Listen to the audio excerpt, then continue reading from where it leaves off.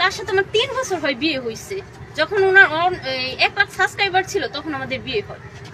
এত কষ্ট করতে করতে 20 টাকার গাড়ি ভাড়ার জন্য আমরা রাস্তায় গিয়ে ভিডিও করছি। 20টা টাকা ছিল না, রাস্তায় গিয়ে আমরা ভিডিও বানাইছি। আস্তে আস্তে ওনার টাকা পয়সা অনেক হয়েছে, এখন আমার সাইড করে দিচ্ছে। তার মানে আমি ওনার স্ত্রী প্রিয়জন ছিলাম না, প্রয়োজন ছিলাম।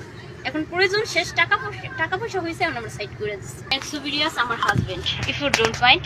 উনি যে আমার হাজবেন্ড সে কথা বলতে আমার রুচিতে বাধে, মানে ওনার সম্পর্কে কিছু বলবো আমার সে বলার ভাষাটা আমার নাই। ভাইয়া কিছুদিন আগে আমাদের নক দিছে, ভাইয়া না মানে রিয়ামণি বলছে আমার হাজবেন্ডের সাথে উনি ভিডিও বানাবে।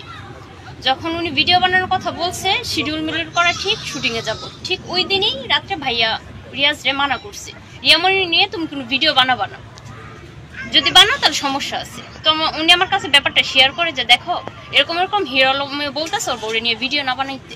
তখন আমি ওনারে বললাম ওনার হাজবেন্ড যেহেতু মানা করতেছে আপনার ওনারা নিয়ে ভিডিও বানানোর দরকার নেই। রিয়ামণি বললো যে না হিরো আলম চাচ্ছে না আমি বানাবো, তো এখন না কিছুদিন পরই তা ঝামেলা মিটা যায়। তো ওনার সাথে আমার কোনো জোর ঝামেলা কোনো কিছুই নেই। আমাকে উনি বাসায় নিয়ে আসছে, রিয়ামণির সাথে কি এমন কথা বলে কনভারসেশন ডিলিট করে দেয়। আমি জিজ্ঞেস করলে আমার সাথে উল্টাপাল্টা কথা বলে রাগ দেখায়, বলে আমি এমনি কনভারসেশন ডিলিট করে দিই। বাপের ভাই আমার নিয়ে আসছে, উনি বলছে ফেনীতে যাবে। উনি কি ফেনীতে গেছে না রিয়ামণি এনে কোনো রিসোর্টে গেছে না কোথাও থাকতে গেছে সেটা তো আর আমি জানি না। আমাকে উনি ডিরেক্ট বলে আমি তোমাকে ডিভোর্স দিয়ে দিচ্ছি, এই কথা বলে। আমার তো কোনো অন্যায় নেই, কোনো দোষ নেই, তাহলে কি জন্য আমার ডিভোর্স দিচ্ছে? তার মানে এই জায়গায় কোনো ঝামেলা আছে। তারপর কিছুদিন পরেই রিয়ামণির সাথে ওই ভিডিও, যেই দিন হিরো আলম ভাইয়ার বাবা মারা যায় 15 এপ্রিল মনে হয়, 14 এপ্রিল ওনারা ডান্সের ভিডিও বানায়। আমাকে ছেড়ে দেওয়ার পরে ওনারা ভিডিও বানায়, রাত্রে নিয়ে আমার ঘরে নিয়ে থাকে।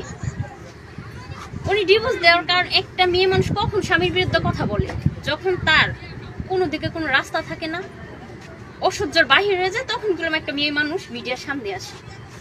তার সাথে আমার 3 বছর হয় বিয়ে হয়েছে।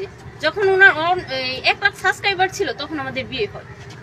এত কষ্ট করতে করতে 20 টাকার গাড়ি ভাড়ার জন্য আমরা রাস্তায় গিয়ে ভিডিও করছি। 20টা টাকা ছিল না, রাস্তায় গিয়ে আমরা ভিডিও বানাইছি। আস্তে আস্তে ওনার টাকা পয়সা অনেক হয়েছে, এখন আমার সাইড করে দিচ্ছে। তার মানে আমি ওনার স্ত্রী প্রিয়জন ছিলাম না, প্রয়োজন ছিলাম। এখন প্রয়োজন শেষ, টাকা পয়সা হয়েছে, এখন আমরা সাইড করে দিচ্ছি। আমি বাচ্চা কনসেপ্ট করি, উনি ভিডিওর জন্য আমার বাচ্চা নষ্ট করে দেয়। আমি এই মিডিয়া জগতে এই লাইনে আমি ছিলাম না, উনি আমাকে নিয়ে আসছে। ডান্স মানুষ নাই পারে, একটা ডান্স ভুল হওয়ার কারণে সে আমার পেটটার মধ্যে লাথি মারে, আমি নিচে গিয়ে পড়া যাই। এলাকা যেই মানুষের ডান্স আমাদের দেখছে মানুষ আমাকে উঠায় নিয়ে আসছে যে মেয়ে মানুষ, ছোট মানুষ বুঝে না, তুমি কিভাবে এইভাবে মারো, তোমার ওয়াইফ তুমি বাসায় নিয়ে মারতে পারো। তা আমি কোনো কিছু বলি নাই।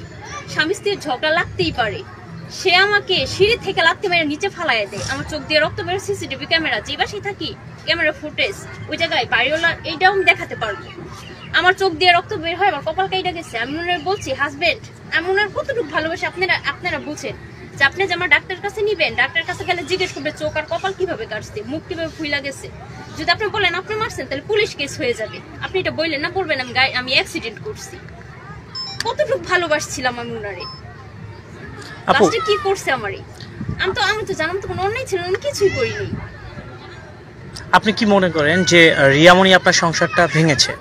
আমি ভাইয়া কিছুই মনে করি না। আমি মনে করি রিয়ামণি আমার সংসারটা আমারে বাঁচাইয়া দিচ্ছে, এই যে এই ছেলের হাত থেকে আমার বাঁচাইয়া দিচ্ছে। রিয়ামণির আমি অনেক ধন্যবাদ দিতে চাই, যে ছেলের কাছে আমার বাঁচাইয়া দিচ্ছে। যেই ছেলে মেয়ে নিয়ে ভিডিও করে, আমি ওয়াইফ আমারে জড়ায় ধরে আরেক মেয়ের গায়ে এইভাবে হাত দিই। আমি কি বুঝি না কোনটা হাত যায় আর কোনটা হাত আসে? একটা রুম ছিল, মেয়ের ভিডিও বানাইতে নিয়ে এসছে, মেয়ে আমার সাইডে শুইছে আর আমি মাঝখানে, আমার হাজবেন্ড এই পাশে। মেয়েরও হাজবেন্ড নিয়েছে, মেয়ের হাজবেন্ড টয়লেটে গেছে, তখন ওই এই কাজ করছে। তা আমি সহ্য করে দেখি সংসারটা করতে পারি কিনা, কারণ পছন্দ করে বিয়ে করছি।